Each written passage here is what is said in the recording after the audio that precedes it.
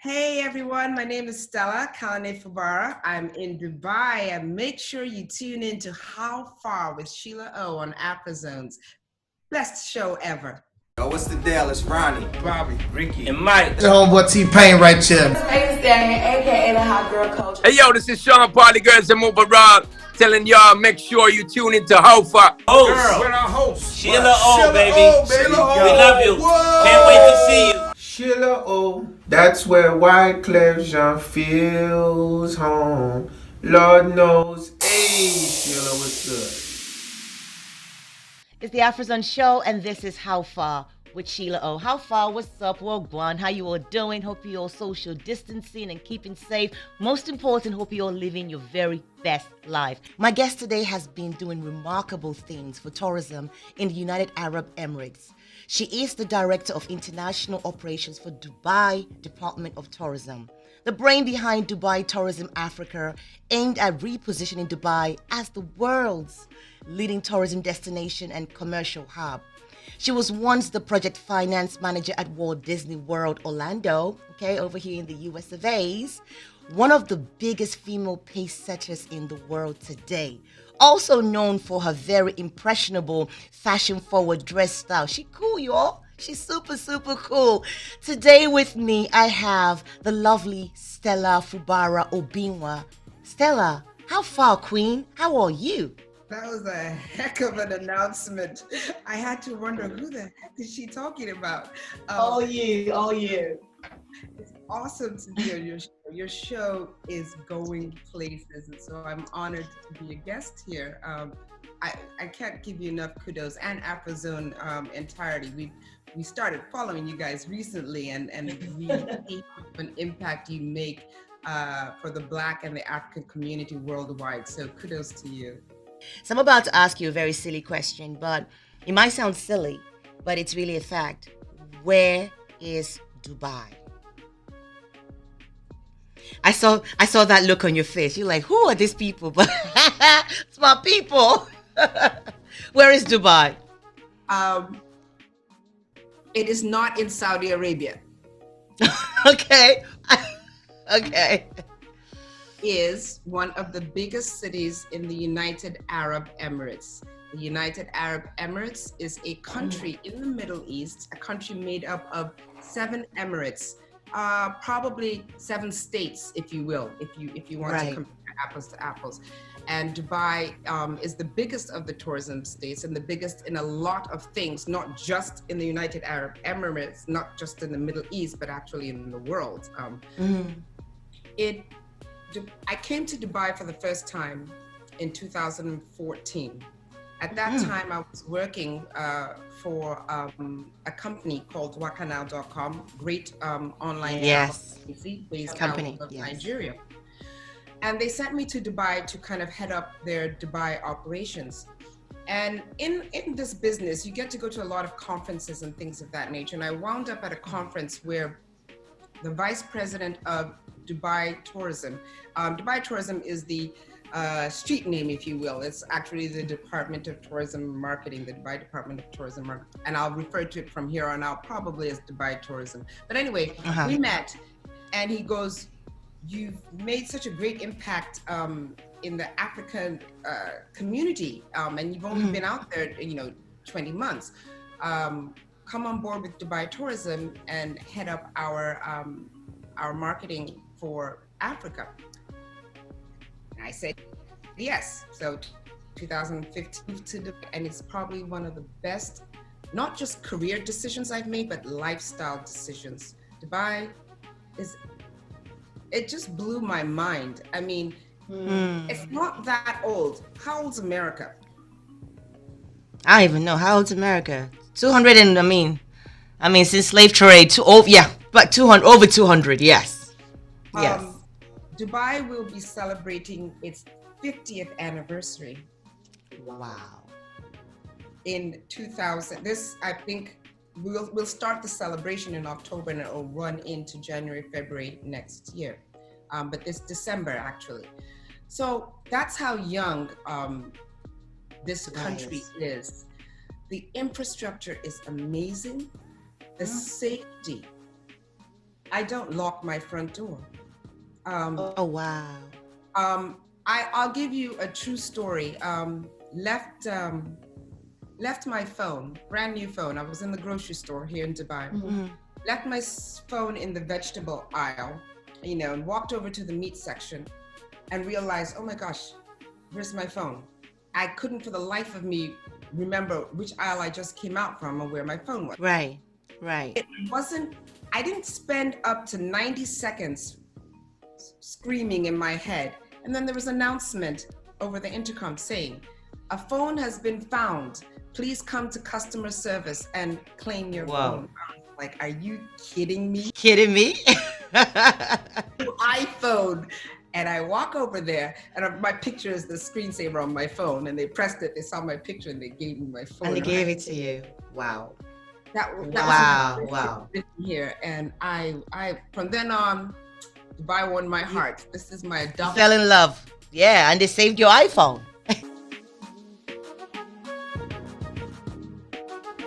Afrozons presents the U.S. Weekly Afrobeats Top 10 Charts.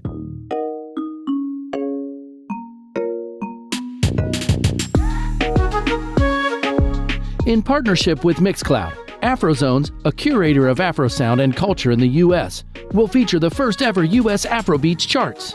This chart is based on algorithms and data from BDSN Nelson tracking of U.S. radio spins and digital streams from all digital sources in the U.S. Apple Music, Spotify, Tidal, etc. Chart to be tracked weekly from Friday to Thursday for sales. Streaming and radio airplay in order to conform to global release date, which now falls on Fridays in all major market territories. Chart to be released every Monday. It's Afrobeats to the world.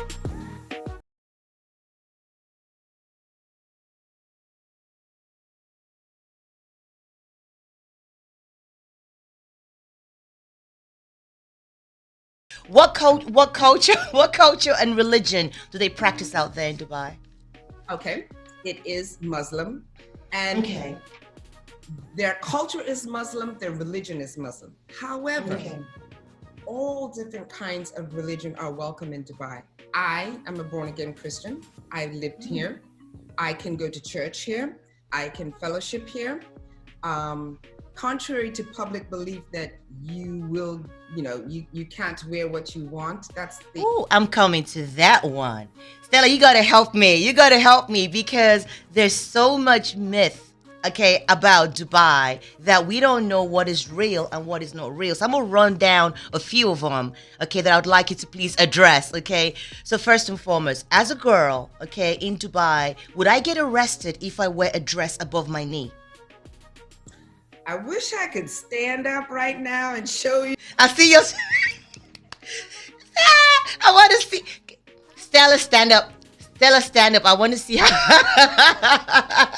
Okay, so tell me, seriously though. Yes. Are you allowed to?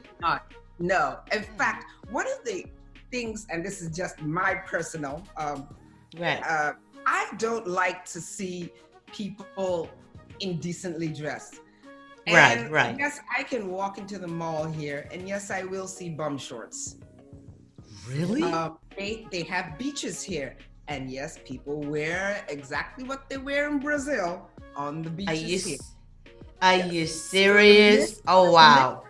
The myth about dressing is a myth. I will say that yes, when you do go into government facilities, they like you to be properly attired. It doesn't mean you're wearing a turtleneck up to here and you're covered down to your toes, but properly decent. What about couples? Can a couple actually show affection in Dubai? Like, can I just meet up with, my male partner or my female partner? Sexual differences, each to their own, and then just give them a big kiss in the mall? Would they arrest me? What kind of kiss are you talking about? Like a French kiss. Not a French kiss. Indecent everywhere. Not just in Dubai, right? Okay.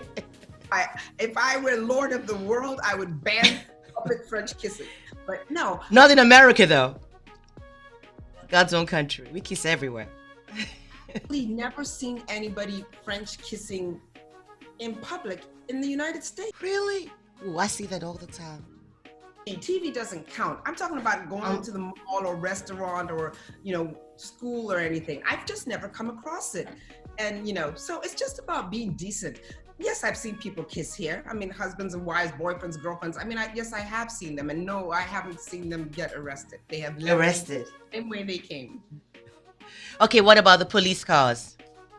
What about the police cars? I hear your police cars are Ferraris, they're Porsches. That's what your police drive. So why do they drive such fast cars in Dubai? And where have you ever heard of a police guy in a Ferrari? Come on now. I remember going to a conference at the World Trade Center here in Dubai. Right. And in front of the conference, they parked 3 police cars. One was a Bentley. And the other was this brand new Audi or something like that. I think that's what it was. And I was nice. like, dang, this country is amazing. Smooth. But you don't ride around in those on a daily basis. Okay. On a daily basis, I guess this sounds bad too. They drive SUVs.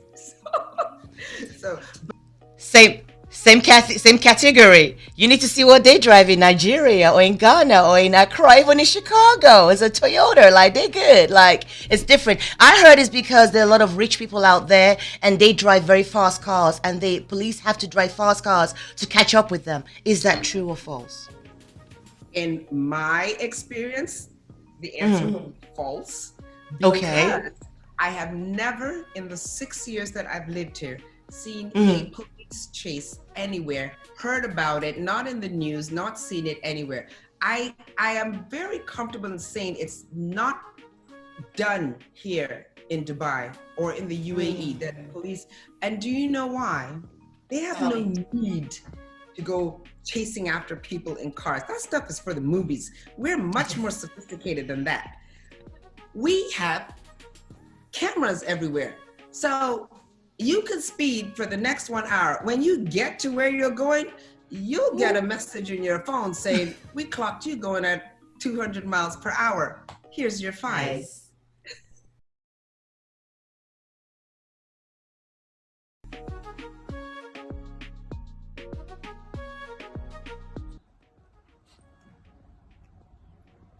Sheila O? Is that Sheila? Sheila O, what's the deal? It's your man, Big Ron DeVoe, a.k.a. What About Ronnie from New Edition and Belle Biv DeVoe. Real estate entrepreneur, marriage ambassador, philanthropist, humanitarian, activist, daddy, husband, the whole mean. None of that means anything right now because it's not about me, it's about you. Ask Sheila O. You said one question, Ron. Sheila, one question? This is some bull. But okay, if I gotta only ask one, it's gotta be a 2-part. It's gotta be a 2-part because I'm thinking about something right now. It's rising to the top. And I say, as a black man living in America, from America, born in Boston, Massachusetts, I've been to the continent of Africa a few times. You were the one that brought New Edition there and Belle Biv DeVoe there, and we thank you for that, right? Is it possible to own real estate as a black man in America on the continent of Africa? That's a simple question, but this is the B and the bigger part of my simple question. Colonizers, England, Germany, France, Italy, America, even China right now, taking from what was given to my beautiful black brothers and sisters right there. Such fertile and precious land. Is it possible for us to take back what was given to us? Sheila, I know that's gonna be a question for the ages. It may take forever to answer, but I'm listening. I'm all ears. One love. Hey, what's up, Ronnie? What's up, legend? How far? Now let's get straight to the answers. Is it possible to own real estate in Africa, on the continent, in the motherland? The answer is yes. And it's also a very wise move, okay? But like anywhere else in the world, you don't want to do this online or via email. You want to make sure you visit Africa, okay? Go to any country in Africa. There's loads of countries you can visit, and then see the real estate for yourself to make sure that the land is not owned by people or families that are actually disputing, or it's not a scam, okay? You want to see it for yourself, okay? Things are legit out there as well. They have agents as well, estate agents that would actually show you the land, you know, let you know it's all legit, it's all prim and proper. So just make sure that you do the due diligence while you're out there. But yes, it's possible, and yes, it's a wise move. So yes, do it. Now this is part 2 of your question. You talked about the colonizers. You listed every single one of them, and yes, you're right. Take. They have been taken. And Ronnie, they're still taking, all right? But you also asked, would Africa ever be able to take back? The answer, Ronnie, is very simple. Yes. But it can only happen if African Americans and Africans come together. As far as I'm concerned, the divide between Africans and African Americans is slowing down the unity that can allow us go back and take back what rightfully belongs to us. And I also think that there's a lot of knowledge that is being lacked here. If African Americans could take time to study the history or African history, all right, to know the roles that Africans played while they were back there during slave trade, it would enlighten us more. If Africans can take time to actually understand Black history and see the roles that African Americans played and are still playing, that's why a lot of Africans are able to come to countries like America today. If we're able to do that, knowledge is power. Together, then we can be able to take over or take back what has been taken away from us. I don't think we can do it individually. I think uniting the forces is takeover. And listen, think about it this way. And that's why some people don't want us to be united. So we have to work towards uniting one another. One love.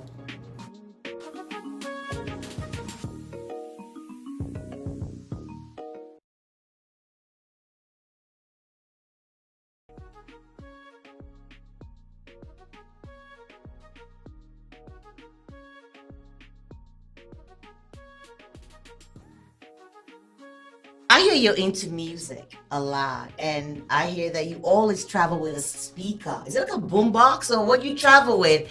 That's one question. The next one I want to know is, tell me 3 songs I would hear, you know, on your boombox or on your playlist. First, do you travel with a speaker? Yes, I do travel with a speaker, and if I make any mistake, ask my friends, and forget my speaker at home, I'm buying one at the airport. So therefore, I probably have about 6 or 7 Bose speakers lying around, because I can't. I mean, if I forget, I have to carry 2. My headset, Yeah, and I don't want those little in the ears. I the want real like this. cancellation. Yeah. That's what I want. I love music. There's music for every emotion that you're feeling at any time of the day.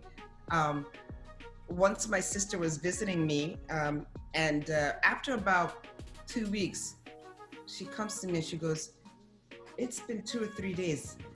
I haven't heard you play music first thing in the morning. Are you depressed?" I burst out laughing. That's how what do I like to listen to? Yeah. Yes. Definitely Afrobeat, reggae. Okay, let me list it in hierarchy. Okay. Afrobeat, jazz, R&B, and I'm talking Anita Baker kind of R&B, and Luther Vandross, and the rest of them, and The real stuff. the real stuff, and then reggae. I like Okay. it. I like it. So Afrobeat wise, who you feeling? Wow, man! Who's doing it for you right now? If I give you a name and then the other ones hear me and I didn't mention them. But there's someone's playlist that you can go all through. You know, they're all doing what they do. Some have their one hits, but whose playlist would you be like, oh, I could hear the whole album of this particular artist? I'll give you 3. That way, you know. That I can hear the whole album. Whole album. Ranking. I can hear his whole album. I can pretty much techno. Oh yeah. I can techno's whole album. And there is a group out of South Africa. For the life of me, I keep forgetting their name, but I can listen to their whole album, and it's gonna kill me. But hopefully, by the time we get to the end of the show, I'll you gonna remember. The other thing I want to mention about Dubai is the hotels. So I pretty much consider myself born and raised in the United States, even though I spent, a lot of formative years in Nigeria, just because of my accent, probably a dead giveaway. And then I do have a lot of American, ideas that don't go down very well in Nigeria, so I have to take myself a little bit. But the hotels in Dubai are better than hotels almost anywhere in the world. We have the same star system where it's 1 to 5 star. I personally cannot name any star that is 1 or 2 in Dubai. And then the 3-star hotels in Dubai are even better than 5-star hotels in the rest of the world. That their hotels and the service is just phenomenal. And depending on the time that you are visiting, if it's non-peak time, you can get a fantastic 5-star room for like $50 or less. That's what I was going to ask you. Price. I was going to ask you that because I know you have the Burj Khalifa, tallest building in the world, took over from the Sears Tower over here in Chicago. But I was just going to ask you, like, with all this luxury, how affordable is it for me? And people like me who want to come out there and hear all this luxury. Is it costly? Do I need a loan to come to Dubai? That's funny, because someone just posted on Facebook about how the guys should take loans to buy Valentine gifts for their girls. And I said, if any guy does that, he should be dumped immediately. So dumped. So one of the first things that I helped facilitate, Dubai Tourism is such an agile organization, but one of the first things I realized when I started living here is that I'm not sure who was responsible for positioning Dubai as a luxury destination. And I got here and I started to see the prices of things and how you can live. And I said, no. It needs to be tagged affordable. And if you want, still keep the word luxury, affordable luxury. Because yes, you do have the world's only 7-star hotel here, Burj Al Arab, but you also have 3, 4, and 5-star hotels. And like I told you, depending on the season, you can get them for as low as $50 a night. If you go with a good travel agency, they can get you deals, unbelievable deals, so that you spend a fantastic time, whether it's a week. And I seriously don't advise anyone to come here and stay for less than a week, because you will extend your ticket. It happens. Oh, wow. I know that comes here to visit, unless they're coming for business and they have just got to get back to their country because the world will come to an end if they don't get on that plane. They extend their stay. So I tell all of them, you better do 1 week. 1 week is not enough. Right. 1 year isn't enough. Here's why. Dubai is so evolving that I here as a resident, I am still a tourist. Okay, you all can tell how excited I am. So I want to know who here doesn't want to go to Dubai. Put your hands down. Okay, I put my hands up because I really want to go to Dubai. Thank you, Stella, for making it so easy. Thank you for making it safe, letting us know what we have to do to go to that beautiful man-made city that's full of luxury. I know Dubai is on many of you's bucket list. It's on my bucket list, and Stella just made it easy for us to want to go there, letting us know how affordable it is and how fun it is. Okay, so until next time, guys, your girl Sheila O, host of the Afrozons show, How Far, signing out. Peace and one love.